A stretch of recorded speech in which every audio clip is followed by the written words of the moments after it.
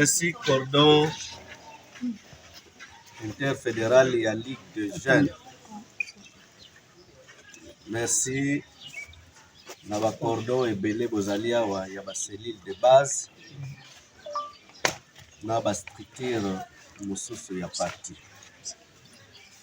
Ya liboso ezali ko souhaiter bino la meilleure vœu. Merci. Merci, merci, président. On a 2000 ezala na niveau ya gouvernement, ezala na niveau ya ba état major ya ba parti politique, to ya ba recrutement, ezali année d'action, année du travail, année de combat. Donc eloko bobandi parlement debout ndenge na yebisaki bino ekozala instrument ezala awa ezala ailleurs esika eza déjà opérationnel esengeli parlement debout ezala instrument parmi tant d'autres na niveau ya parti mpona kofaire avancer baambition na biso mpona koatteindre baobjectif na biso. Effectif parti ezali likambo na biso, ezali likambo kaka ya président te. D'ailleurs, on ne peut pas avoir un parti politique avec un seul membre. C'est impossible. Quand bokotala na ibandela nyonso ya parti politique na mobeko ya lelo bokoki mpe kozala na parti politique ya batu ya province moko te. Donc la vraie société, la vraie représentativité ebandi na parti politique. Faut bozala na ba initiative ndenge bozosala boye yango wana récupération politique.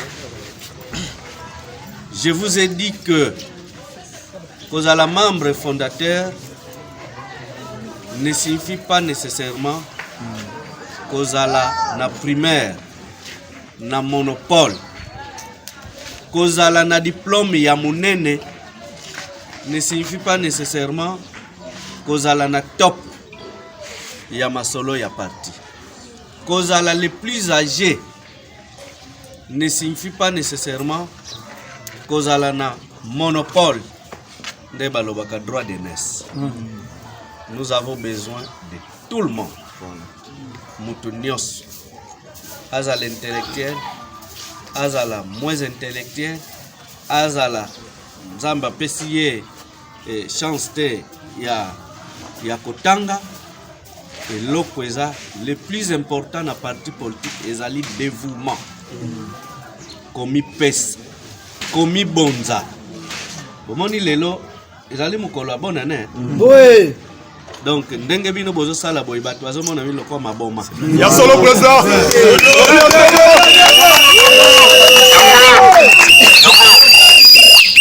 Nde bozo sala boy ezali kambo ya bato ba veste te. Bato ba cravate te. Bato ba bureau te. Ezali kambo bato bazana esprit ya ba combattant. Bo bazana souci ya ko pesa résultat na parti. C'est ça. J'espère que le Parlement debout autozo luka dénomination ozo continuer ko luka dénomination oyo bino boko sepela nango ezali une façon ya ko réveiller bato oyo bazolala na pongo. Bo bazokanisa que ata lonite alingi abuka Uzoba tolingi susu makambo wana te. Mane eyaka ezalaka na moment mane pe esila. Mitango Jésus apesaki batu bilei Moma moko ayebisaki bango esengeli nanu bosambela. Na yebi ke boye po boliaki lobi, bomelaki lobi, mais na bengi bino nanu pona liloba. Alors nous devons travailler. Ne soyons pas distraits. Bozana banal. Ndenge journaliste azo abilili boye. Boye bindenge politique esalaka te. Toko banda kotala film oyo libolukelanga mama oyo. Mama oyo nazomona oyo. Na yebi kombo na yete bolukelanga ye. Jeune oyo bolukelanga ye. Tata oyo bolukelanga ye. Ba mama bozo yokanga ye. Boy. Tango bosala makambo na bino bolukaka bomonisa kelongi. Bozonga kasima te. Elongi na bino fo emonanaka awa. Parce que makambo politique ezali présence. Loko mama na yebi akumbaka mama na ye na église chaque temps. Tokutanaka na ye. Mais lelo na yebi kaza mutu na biso na peka. Omoni na yebeli ye na église. Siko na yebi ke tozalaka na ye. Donc kombo na ye bango upa. Aulo bazo senga mutu akombola libolukelanga mama. Parce que aweza musala ya mama. Boyoka. Ozola nanga. Méritocratie. Bino bokanisi mwana mwasi lokola ye fazo musala. Bokanisi zaki ndoto. Jamais. Alonaki. Pe akozwa lisusu.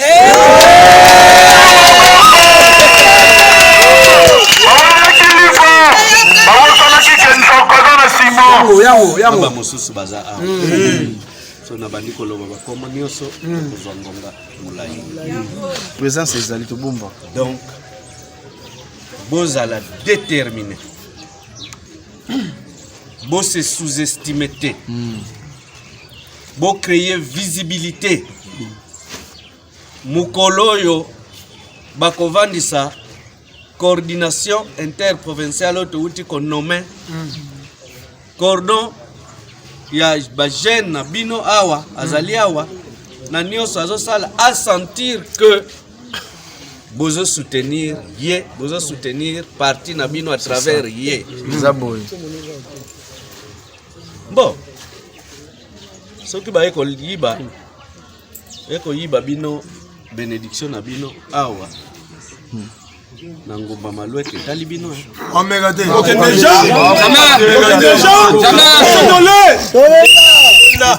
Ne vous en faites pas. Ne vous en faites pas. Tokomi un parti. Bato na chang.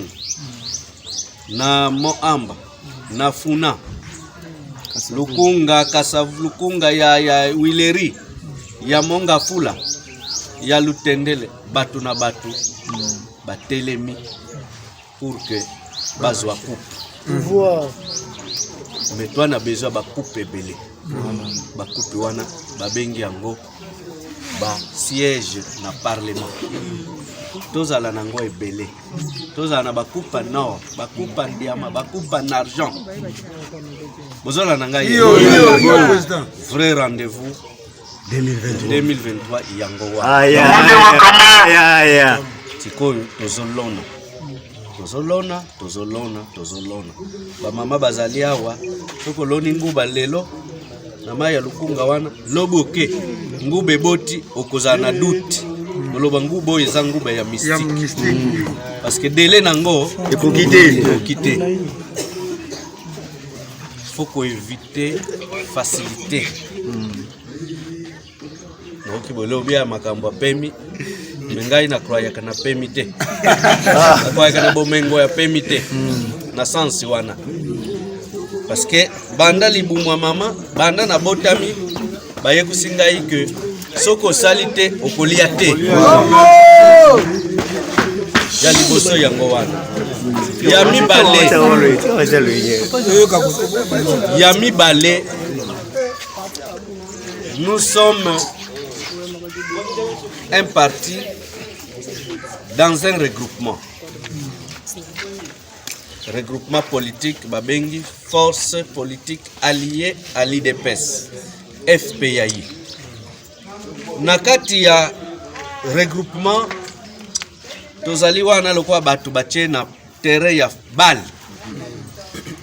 Tobite P4 abetaka poste ni. Cédric Bakambu, numéro combien? Ouais. Donc, biso photo Lukato Zala, ba Lionel Messi. Pour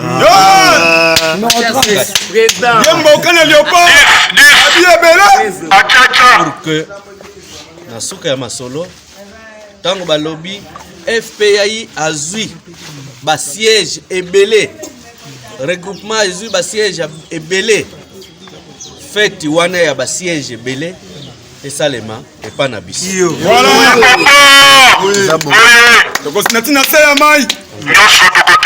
En commençant par votre président. C'est ça. Bola Moussa Baye Bazana Pongi. Kobanda ba membre fondateur. Voilà. Bolandisi baoy bazana ba responsabilité na niveau ya parti. Oh boye. Bola Moussa Bango. Opération Komola. Kola Moussa Bango. Kola Moussa Bango na Pongi. Bazaya kolala. Bazaya kolala. Bakomi lourd. Bazasu na tante. Et binonde usala na bino yango. Sinon, pour le reste, je crois que nous avons un événement ebele et sengeli to kende bisika ebele na musika na bakingabwa na bachangu kuna na bamaluku bibwa bisika toko kende bino Parlement debout ya Lukunga bokozala lokola ba commando.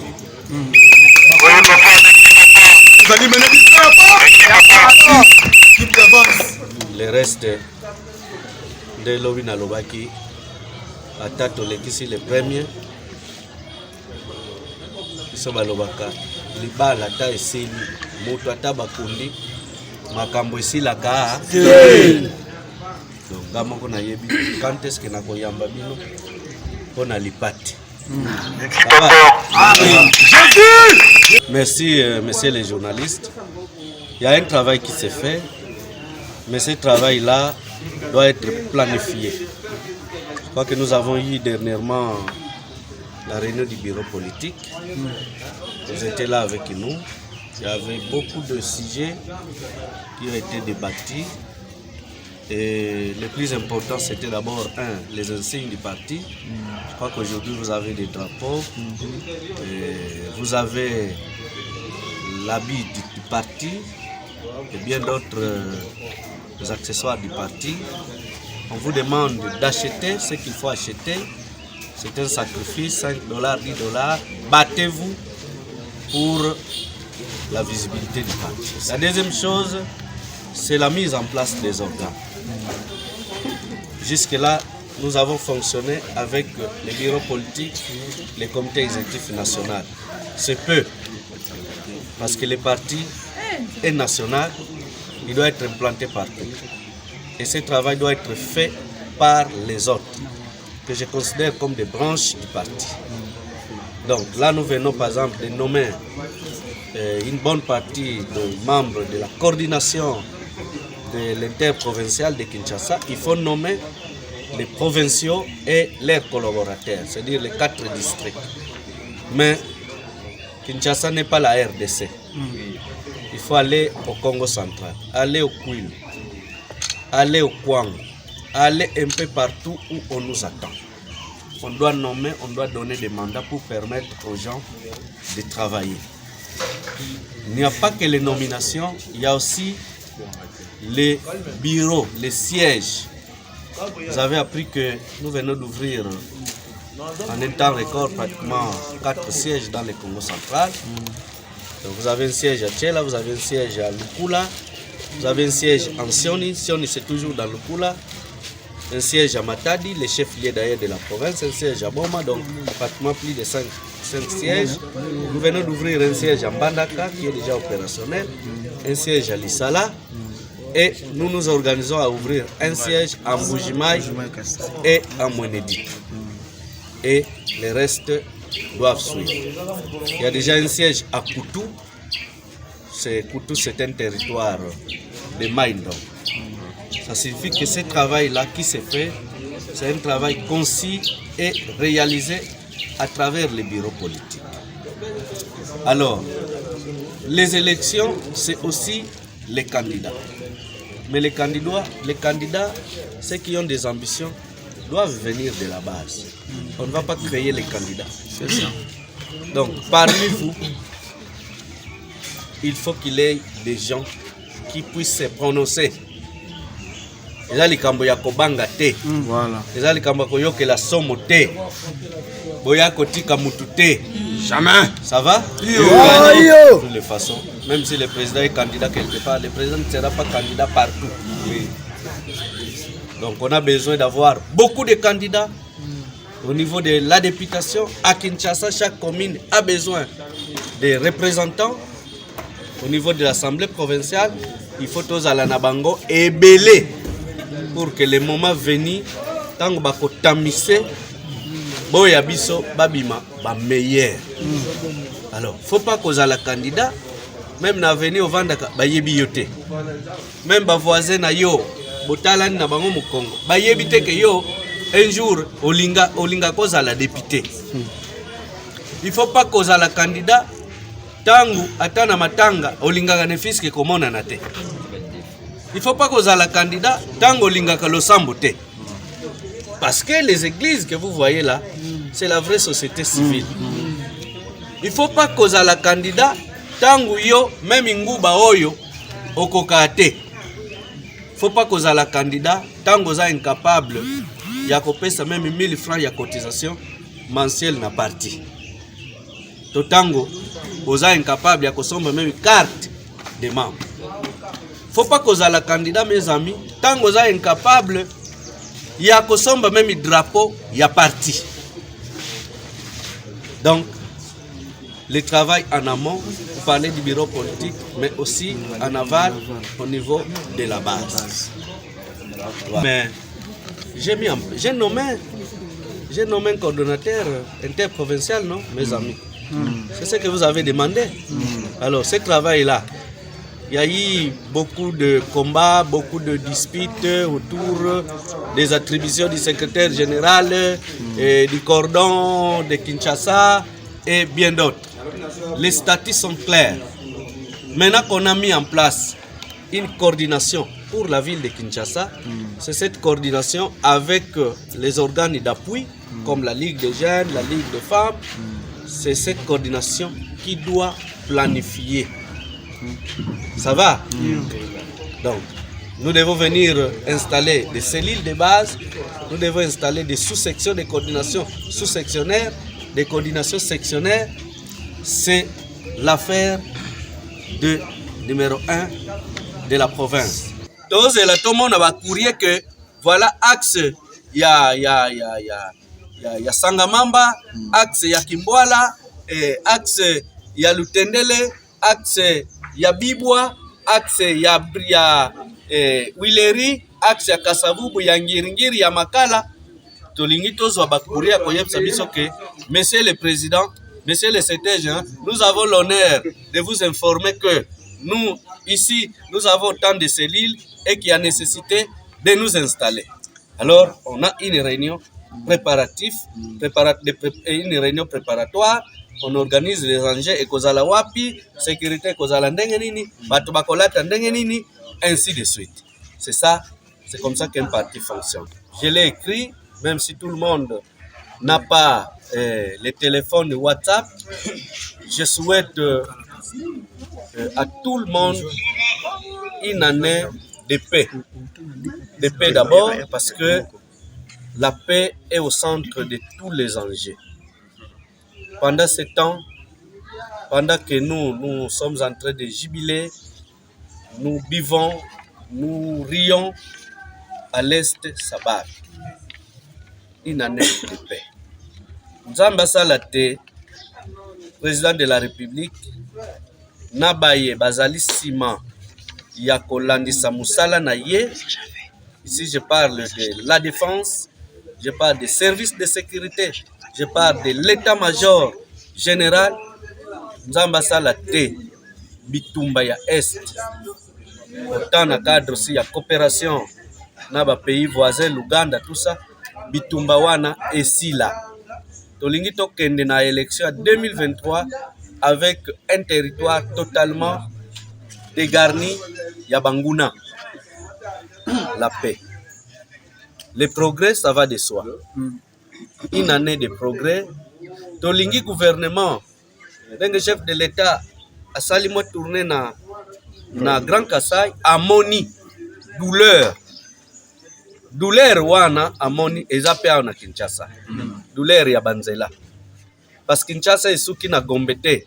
Kinshasa esuki na Bandali te. Esuki na Barumbu te. Kinshasa ezali pe Banzela ya Banzolana. Nzolana c'est plus que douleur wana amoni na Kasai.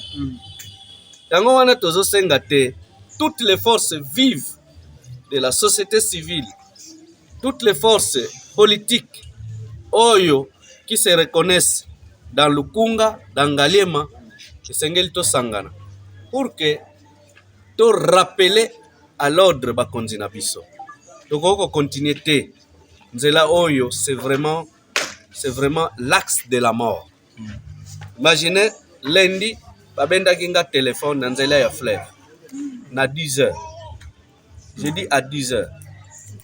Boy communiquer na ngai omona kite semaine mobimba oyo nazaki en ligne te. À 10 heures, je dis bien, nazana mutuka bazo yibanga téléphone. Dans la fleuve. Ça signifie que là où il n'y a même pas la route, il n'y a même pas la lumière, il n'y a même pas la présence de la police, ezali axe ya lingwa.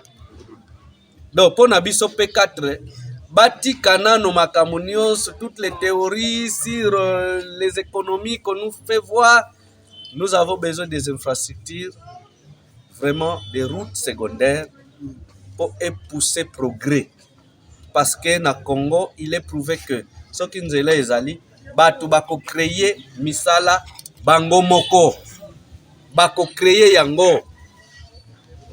Tolingi, chef de l'État, a poussé année Oyo, vraiment chantier ya banzela ba infrastructure. Ça existe ce plan-là, le progrès. Je parlais de la paix, mais na kokipe ko zanga ko souhaiter bino et bave ya bonne santé. Webi vague oyo ya corona ezobeta biso sans que toyeb à travers ba grippe, à travers ba kosu, à travers ba fièvre, ba courbature. Mais nzambe lokola azali nzambe ya mawa tozo s'en sortir. Puisque tobotami na mboka oyo nyonso ezali. Bolia biloko ya naturel. Bo se gêner te, bolemba matembele te, bolemba pondu te. Bolia biloko wana parce que yango nde eko permettre bino botonga ba anticorps. So bon moni poto ezali ravagé, c'est aussi le fait que bazalaka sous na biloko naturalité ya kolia oyo bio. Donc mes vœux de paix, de progrès et de bonne santé pour l'année 2022. Nous vous remercions, monsieur le président.